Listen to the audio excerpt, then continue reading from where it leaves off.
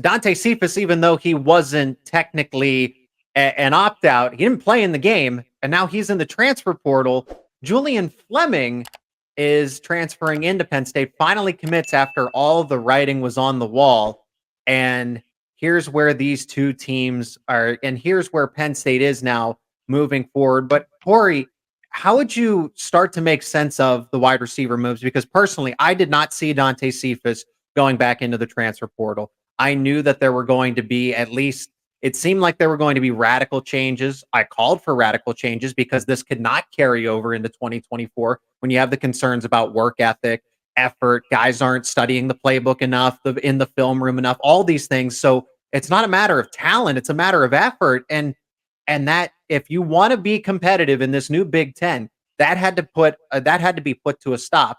And now you check off those boxes. Julian Fleming, for what he is as a pass catcher, that's fine. We can debate that all day. But he's a hard worker. He's a veteran. He's a leader. And Dante Cephas, who was none of those things, is in the transfer portal and probably not going to come back to Penn State. Yeah, I think that's really the key with Julian Fleming from everything I've ascertained. I mean, he's caught 79 passes in 4 years at Ohio State. He's not had a great career, less than 1,000 yards, 7 touchdowns. Okay, but the work ethic, he's been in a wide receiver room that's producing first-round picks left and right. He knows how to play the game the right way. I don't think that these Penn State receivers know how to play the game the right way. In terms of, look at Dante Cephas. Do we know for sure what happened there?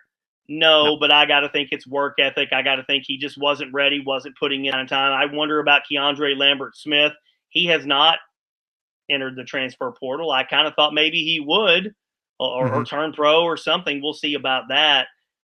Still a little bit more time, I think. 5 days, or I guess it's almost at that time, depending on when people are watching, listening to this. The deadline is still there for him to make a decision last second. And you hope Harrison Wallace can come back and be better. I still don't think they've got a number one Big Ten wide receiver on this team. Maybe having Julian Fleming come in and showing the younger guys how to work harder can help. But and we still don't know what happened with Taylor Stubblefield. How much of this can be blamed on Marcus Hagans versus how much of it did he just inherit? And look, the whole thing is just a mess. The whole thing is just a disaster. I've obviously been on this for months now, after what happened with Jay and I during the press conference. But their wide receiver situation is a disaster. I cannot possibly fathom how they allowed it to get this bad in the year you've got your 5-star quarterback starting. You've got maybe your best offensive line in years and years. You've got the best defense that you've had in 25 years, and yet one position killed the program. One position killed the Penn State football program's ultimate hopes this year. Yeah, that's very true, because I always go back to the pass catchers and the way that, yes, Mike Yurcich with James Franklin, but the offense, when you scheme your 5-star quarterback to be a game manager, and I'm not saying in practice they're like, don't trust your receivers, don't trust your receivers, don't trust your receivers. But I know they were saying, don't make the big mistake where we can't come back from it. That's what it boiled down to. So Penn State they boxed themselves into, we won't turn the ball over. We'll rely on Singleton and Allen to grind the defense out. And then we'll use our defense to smother the opponent. And that can win you 10 games against the rest of the Big Ten, but not Michigan and not Ohio State. I thought it could beat Ohio State. Maybe you play that game 10 more times, and it does about 50-50 of the time. You can only play the one game, though. This is an NBA basketball series in the playoffs. You don't do that. But my point being is, yes, so Penn State gets that turnover against Ohio State, yada, yada, yada. Maybe they're 11-1, but that formula was never going to beat Michigan. And those wide receivers never made a dent. Will Johnson shut down Keandre Lambert-Smith. Denzel Burke shut down Keandre Lambert-Smith and Trey Wallace, whoever was out there in those games. And that was the thing. The wide receivers, the passing game never even made it respectable. They were completely taken out of the game. Your 5-star quarterback essentially became running back number 3 against Michigan.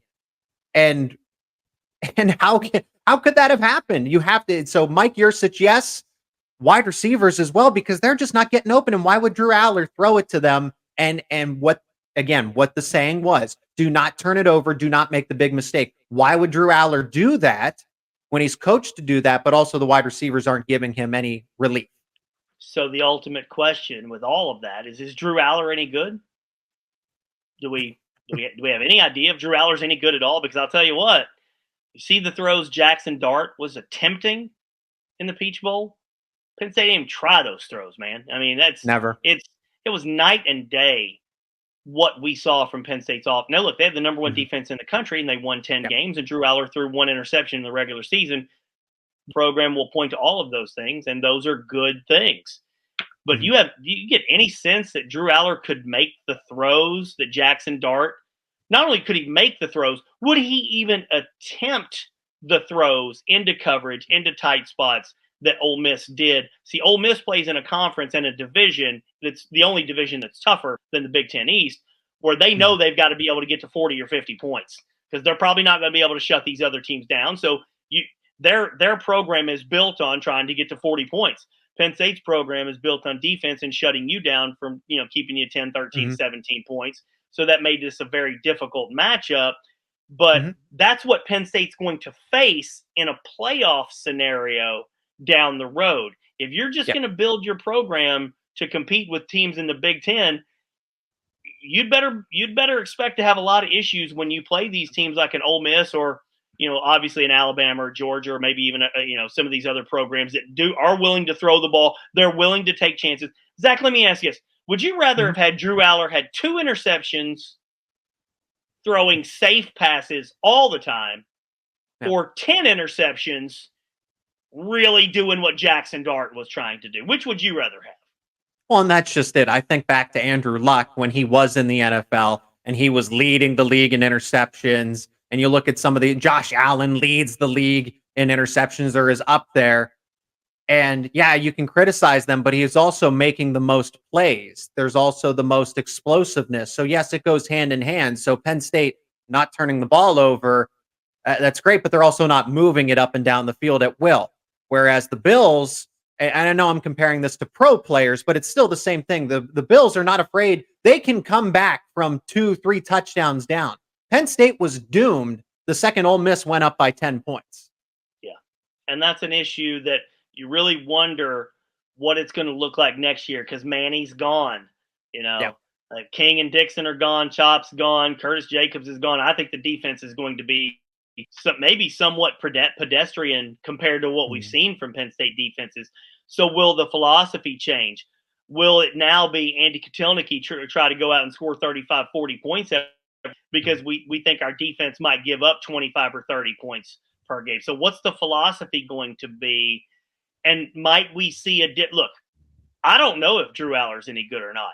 I tend to say no because he hasn't shown me anything. He hasn't shown me anything. He really hasn't. The 2 interceptions this year, I'd rather him thrown 10, but actually attempted really difficult passes and seen the whole field. He doesn't see the whole field. He doesn't seem to trust his receivers. So can all of that be fixed next year? Will he trust Julian Fleming? Will he trust Harrison Wallace? And if KLS is back, I don't know. Will they let? I think he's probably been told 10,000 times, don't turn the ball over. Maybe you start telling him, let's be more aggressive. If you turn it all over every now and then, it'll be okay, but we've got to make some more plays.